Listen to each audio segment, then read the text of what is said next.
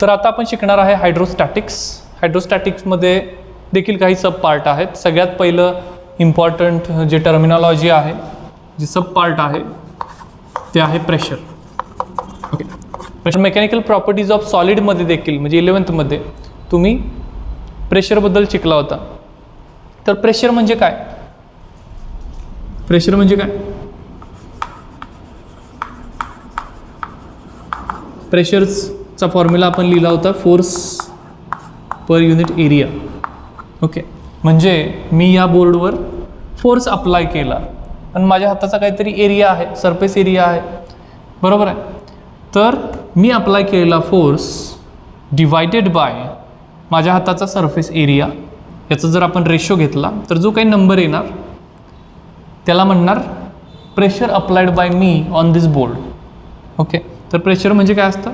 Force upon area. पण तुम्ही तर म्हणणार आम्ही शिकलो होतो फोर्स अपॉन एरिया म्हणजे स्ट्रेस असतो. ओके, तर जे एक्सटर्नली अप्लाइड असतं म्हणजे मी जे अप्लाय केलं त्याला म्हणणार प्रेशर, आणि जे इंटरनली डेव्हलप्ड असतं म्हणजे बोर्डमध्ये जे तयार झाला तो आहे स्ट्रेस. ओके, म्हणजे एखादा बार असेल, बार म्हणजे लोखंडाचा, तुम्ही जे विचार करताय ते नव्हे, लोखंड किंवा मेटॅलिक स्टीलचा म्हणू शकताय तुम्ही, किंवा कॉपरचा म्हणू शकताय, ब्रासचा म्हणू शकताय, एनी अलॉय. तुम्ही जर जे एक्सटर्नली अप्लाय करता that is pressure. Okay, that is pressure. Pressure शक्यतो कॉम्प्रेसिव्ह असतं, तर आपण कॉम्प्रेसिव्ह दाखवूया. टेन्साईलसुद्धा असतं, पण जनरली जे मोस्ट कॉमन आहे ते कॉम्प्रेसिव्ह पद्धतीचं दाखवलं जातं. तर हे जे एक्सटर्नली तुम्ही अप्लाय केलं त्याला म्हणणार आपण प्रेशर, म्हणजे फोर्स अपॉन एरिया. इथं काहीतरी एरिया आहे, बरोबर आहे. तुम्ही काहीतरी फोर्स अप्लाय केला, मग फोर्स पर युनिट एरिया म्हणजे प्रेशर अप्लाय केलं तुम्ही काहीतरी. ओके, दोन्ही बाजूनं तुम्ही force per unit area, pressure apply केलं. तर हे आतमध्ये जे तयार झालं ते आहे स्ट्रेस. त्याचा फॉर्म्युला पण सेमच आहे. स्ट्रेसला पण आपण म्हणतो फोर्स अपॉन एरियाच. ओके, तर फॉर्म्युले सेमच आहे दोघांचे, म्हणजेच युनिट पण सेमच असणार. फॉर्म्युला सेम म्हणजे unit same. फोर्सचं unit Newton, एरियाचं unit metre square. प्रेशरचं unit पण न्यूटन पर मीटर स्क्वेअरच आहे आणि स्ट्रेसचं युनिट पण न्यूटन पर मीटर स्क्वेअरच आहे. पण बेसिक डिफरन्स हा आहे की प्रेशर एक्सटर्नली अप्लाइड असतं आणि स्ट्रेस जो आहे तो इंटरनली डेव्हलप्ड असतो. ओके, तर प्रेशर इथं आपण शिकतोय फ्लुइड्सबद्दल. तर फ्लुइडनं अप्लाय केलेला प्रेशरबद्दल आता आपण शिकणार आहोत. आता असं अज्युम करा की तुम्ही एका कंटेनरमध्ये थोडंसं पाणी घेतलं आहे, म्हणजे आपल्या सायन्सच्या भाषेत फ्लुइड घेतलं आहे. ओके, तर हे जे फ्लुइड आहे हे काहीतरी प्रेशर अप्लाय करणार आहे त्याच्या बेसवर. ओके, इथं काहीतरी प्रेशर अप्लाय करणार आहे,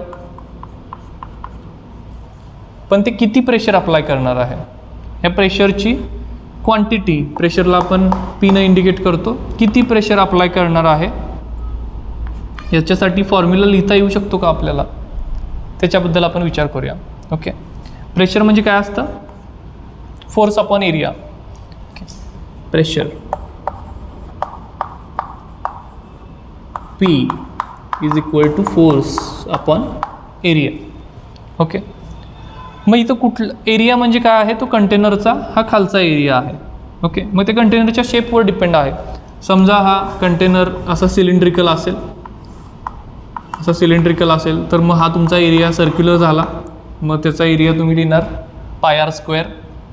समजा तुमचा कंटेनर असा स्क्वेअर शेपचा असेल, ओके, स्क्वेअर शेपचा असेल तुमचा कंटेनर, तर तुमचा हा एरिया झाला स्क्वेअर, म्हणजे तुम्ही एरिया लिहिणार ही साईड ए इंटू ही साईड ए स्क्वेअर, लांबी गुणिले रुंदी, एरिया लिहिणार, बरोबर आहे. मग तो हा एरिया, हा कंटेनरचा खालचा जो काही एरिया आहे तो एरिया तुम्ही इथं लिहिणार. Force applied by fluid on this surface. Okay, या बेसवर या फ्लुइडनं किती फोर्स अप्लाय केला, तर तो फोर्स म्हणजेच काय असणार आहे? या फ्लुइडचं वेट असणार आहे. ओके, जो फोर्स या फ्लुइडने या बेसवर अप्लाय केला आहे तो फोर्स म्हणजेच या फ्लुइडचं वेट असणार आहे. फ्लुइडचं वेट आणि फोर्स सेम कसं काय असू शकतं? वेट म्हणजेच फोर्स असतं, त्यामुळं ते सेमच आहे. वेटचं युनिट काय असतं? न्यूटन. वेटचं युनिट काय आहे? न्यूटन.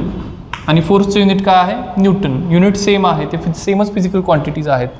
तुम्ही 11th ग्रॅव्हिटेशनल फोर्स नावाचा चॅप्टर शिकला होता. ग्रॅव्हिटेशनल फोर्स नाही, ग्रॅव्हिटेशन नावाचा चॅप्टर शिकला होता. आणि इथं हे आहे प्लॅनेट अर्थ आणि हे आहे तुम्ही. ओके. आणि तुमचं वेट म्हणजे काय असतं? तर ते ग्रॅव्हिटेशनल फोर्स तुमच्यामधलं आणि पृथ्वीमधला जो ग्रॅव्हिटेशनल फोर्स आहे तो फोर्स म्हणजेच तुमचं वेट असतं. ओके. म्हणजे वेट म्हणजे बेसिकली फोर्सच आहे. ओके. तर हे फोर्स म्हणजे काय? ह्या लिक्विडचं वेट. ओके. मग या फोर्सच्या जागी आपण लिहू शकतो वेट अपॉन एरिया आहे तसा. ओके. पण वेटचा फॉर्म्युला माहिती आहे का तुम्हाला? वेटला आपण मास इंटू ग्रॅव्हिटेशनल ॲक्सेलरेशन पण म्हणू शकतो. बरोबर आहे. वेटला आपण काय म्हणू शकतो? मास इंटू ग्रॅव्हिटेशनल ॲक्सेलरेशन आणि खाली एरिया आहे तसा. बरोबर. मग मास म्हणजे काय? मासला आणखी सिम्प्लिफाय करता येतं का इन टर्म्स ऑफ व्हॉल्यूम? तर मासला आपण लिहू शकतो डेन्सिटी इंटू व्हॉल्यूम असं लिहू शकतो आपण. डेन्सिटी इंटू व्हॉल्यूम लिहू शकतो. हे माहीत आहे तुम्हाला? जर तुम्ही स्कूलमध्ये व्यवस्थित लक्ष दिलं असेल लोअर स्टँडर्डमध्ये तर हा फॉर्म्युला तुम्हाला कळायला पाहिजे. पण जर कळत नसेल तर काही प्रॉब्लेम नाही, मी थोडंसं डिटेल एक्सप्लेन करतो. ठीक आहे. तर डेन्सिटीचं युनिट काय असतं? सगळ्यात पहिला डेन्सिटी म्हणजे काय असते? डेन्सिटी असते मास अपॉन व्हॉल्यूम. बरोबर आहे. याचं युनिट काय असतं? kg/m³. आणि व्हॉल्यूमचं युनिट काय असतं? m³. मग m³ गेला, युनिट राहिलं kg. मासचं युनिट काय असतं? kg. LHS आणि RHS लेफ्ट हँड साईड आणि राईट हँड साईडचं युनिट सेम झालं kg. म्हणजेच हे इक्वेशन बरोबर आहे. ओके. तर मास म्हणजे काय असतं? डेन्सिटी इंटू व्हॉल्यूम असतं. डेन्सिटीला आपण डिनोट करतो रोनी. या सिम्बॉलला रो म्हणायचं. डेन्सिटीला आपण रोनी डिनोट करतो. व्हॉल्यूम म्हणजेच काय असतं? एरिया इंटू हाईट असतं. एरिया इंटू हाईट असतं कोणत्याही गोष्टीचं व्हॉल्यूम. आता इथं बघा, सिलेंडरचा व्हॉल्यूम म्हणजे काय? सिलेंडरचा एरिया इंटू सिलेंडरची हाईट. ओके. सिलेंडरचा एरिया असतो πr² into h. πr² h is volume of cylinder. Okay. Cuboid जर असेल क्युबॉइड तर याचं व्हॉल्यूम काय? Area into height. एरिया म्हणजे हे a² इंटू त्याची हाईट, किंवा हे a म्हटला, ह्याला b म्हटला आणि ह्याला c म्हटला तर तुमचं व्हॉल्यूम झालं a इंटू b म्हणजे एरिया आणि इंटू c. ओके. असं व्हॉल्यूम म्हणजे काय असतं? बेसिकली एरिया इंटू हाईट असतं. ओके. ज्या ऑब्जेक्टचे क्रॉस सेक्शन एरिया हे युनिफॉर्म असतो थ्रू आउट, त्यांच्यासाठी हे जर चेंज असेल म्हणजे शंकू असेल, कोन असेल, ओके, त्या केसमध्ये किंवा वॅरिंग क्रॉस सेक्शन एरियाच्या शेपमध्ये एरिया इंटू हाईट किंवा एरिया इंटू थर्ड डायमेन्शन हे ॲप्लिकेबल नाही आहे. हे नॉर्मल सिलेंडर असू दे, क्युबॉइड असू दे, याच्यासाठी हे ॲप्लिकेबल आहे. आणि आपल्या कंटेनरचे शेप हे असेच असतात की एरिया कॉन्स्टंट असतो थ्रू आउट. बरोबर आहे. मग याला आपण म्हणू शकतो rho into area into height असं आपण म्हणू शकतो. मासला आपण m म्हणतो. बरोबर आहे. मग मासची हीच व्हॅल्यू आपण टाकणार आहे कुठं? इथं. ओके. मासची जी व्हॅल्यू आपण सेपरेटली डिराईव्ह केली ही खरं म्हणजे तुम्हाला माहीत असणं अपेक्षित आहे 11th स्टँडर्डपर्यंत जे काही झालं आहे तुम्हाला फिजिक्स किंवा सायन्स. ओके. पण हे जरा रिवाईज केलं आपण. मग आता मासच्या जागी आपण ठेवूया रो ए एच आणि डिनॉमिनेटरमध्ये ए आहे. ओके. आणि हा जी राहिला आपला, कुणाला सोडून चालत नाही, नाहीतर नाराज होतात ते आणि आपलं चुकते. बरोबर आहे. मग ए कॅन्सल होतो का? Area cancel. आणि प्रेशरचं युनिट आहे, प्रेशरचा फॉर्म्युला आहे रो जी एच.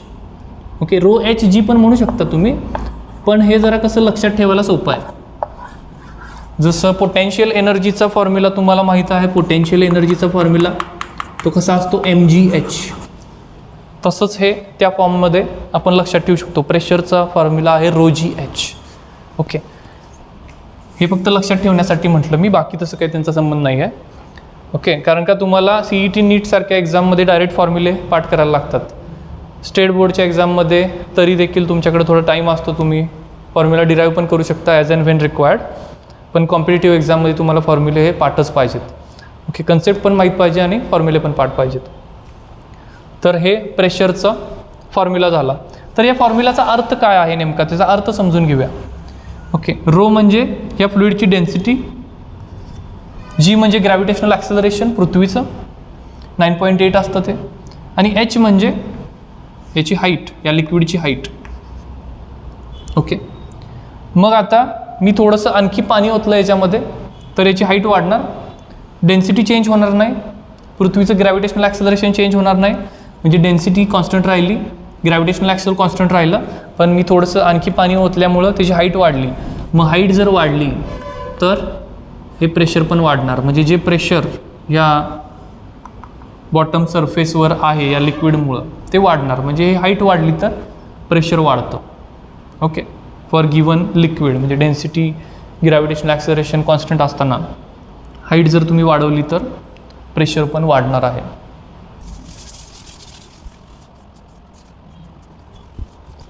आता आपण एक छोटंसं एक्झाम्पल बघूया, मस्तपैकी एक्झाम्पल बघूया. ओके,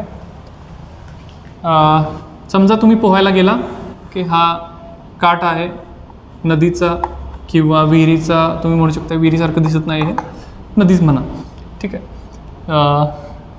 तर तुम्ही पोहायला गेला, ठीक आहे, आणि मग तुम्हाला काय डीप डाईव्ह करायचं आहे, तुम्ही जरासं आतमध्ये पोहायला लागला. ओके, थोडंसं आपण चांगलं काढूया त्याला, चांगलं म्हणजे माझी ड्रॉइंग तेवढी चांगली नाही, पण तुम्ही समजून घ्या. ओके, तुम्ही पोहायला लागला. ओके, हे साईज वाढलेलं नाही आहे, हे माझ्या ड्रॉइंगचा डिफेक्ट आहे तसं. तुम्ही म्हणणार पाण्यात गेल्यानंतर तो मुलगा मोठा कसं काय झाला. तर ह्याच्यावर जे प्रेशर आहे, या मुलावर जे पाण्याचं प्रेशर आहे ते किती असणार आहे, त्यासाठी तुम्हाला याची हाईट माहीत पाहिजे. की हाईट म्हणजे थोडक्यात सरफेसपासून डेप्थ. ओके, सरफेसपासून डेप्थ माहीत पाहिजे. तर किती प्रेशर आहे आता याच्यावर, तर ते प्रेशर आपण म्हणू शकतो ρgh.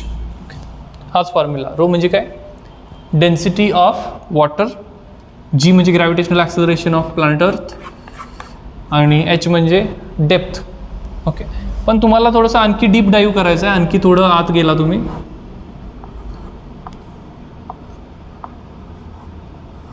ओके, मग आता ही तुमची जी डेप्थ आहे ही आहे h1. ओके, थोडं जास्ती आत गेला तुम्ही, तर त्या केसमध्ये तुमच्यावर जे लिक्विड कॉलम आहे ते एवढा असणार आहे. ओके, मग आता तुमच्यावर प्रेशर किती आहे, आता तुमच्यावर प्रेशर असणार आहे ρgh1. ओके, डेन्सिटी पाण्याची बदललेली नाही आहे, त्यामुळं रोच राहिला. ओके, जीच राहिला, पृथ्वीची ग्रॅव्हिटेशनल ॲक्सेलरेशन बदलणार नाही आहे, तुम्ही डीप डाईव्ह करताय म्हणून.